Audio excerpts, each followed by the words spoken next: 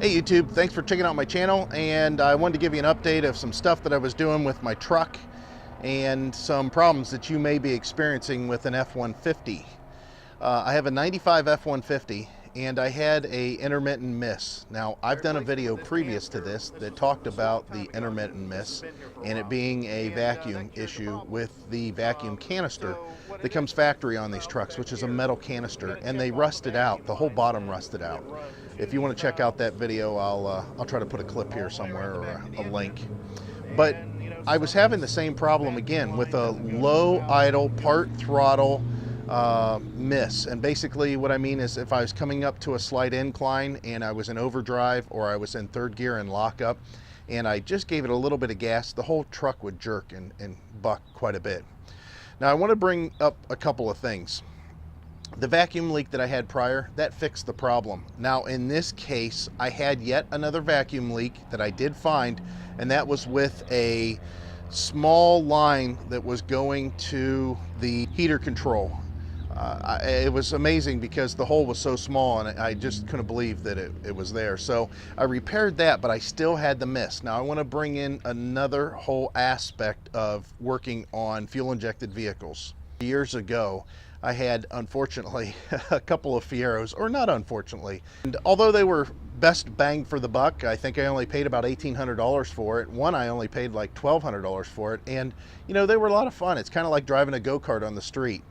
But I had a problem with the first one that I bought with a miss. And immediately I went into overthinking the problem. And that's what I want to talk about.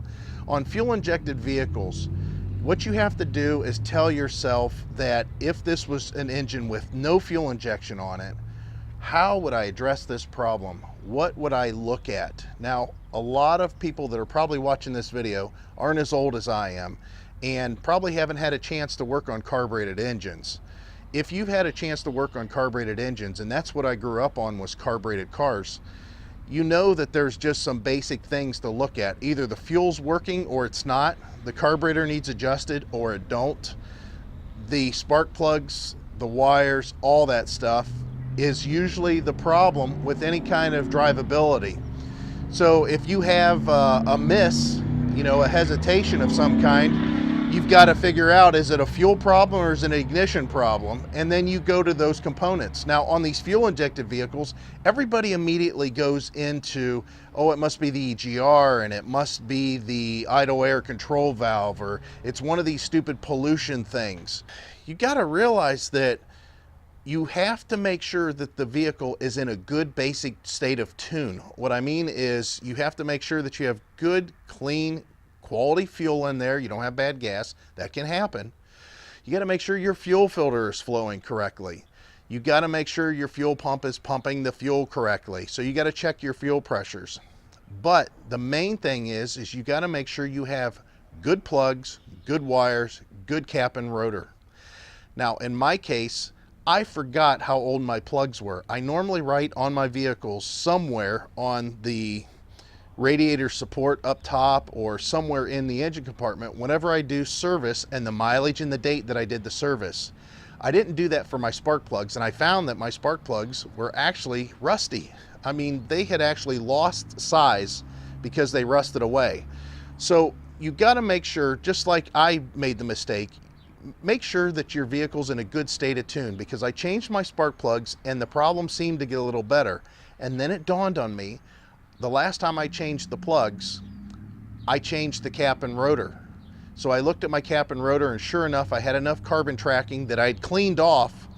I thought that was going to fix it, that there was actually wear to where the end of that rotor quite wasn't doing what it should, and it was causing that miss. So cap and rotor, new plugs, and of course I've got $90 MSD 8.8 wires on there.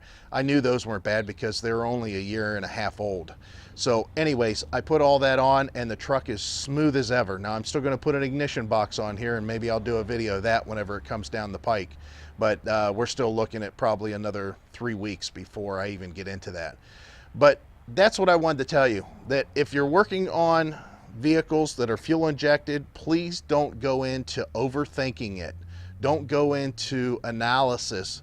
go into what you know, and that is the basic tune needs to be there. That's not saying that you don't have a problem with a fuel injector and it's clogged or it's sticking, or you have a bad component somewhere in your new electronic system. But always make sure that you're in a good state of tune. And going back to that Fiero, I had a miss on it, and I remember taking it to a Firestone garage and having them do a diagnostic to tell me that they really couldn't find the problem, that everything seemed to be okay. And I had an old mechanic that came up to me and said, listen, if you didn't change your plugs and wires, just because they're shiny doesn't mean that they're good. Do the tune-up on it. I did the tune-up and the problem went away. So I lost $45 in a diagnostic that didn't need to be done, and all because of just not paying attention and thinking because it looked new that it was new.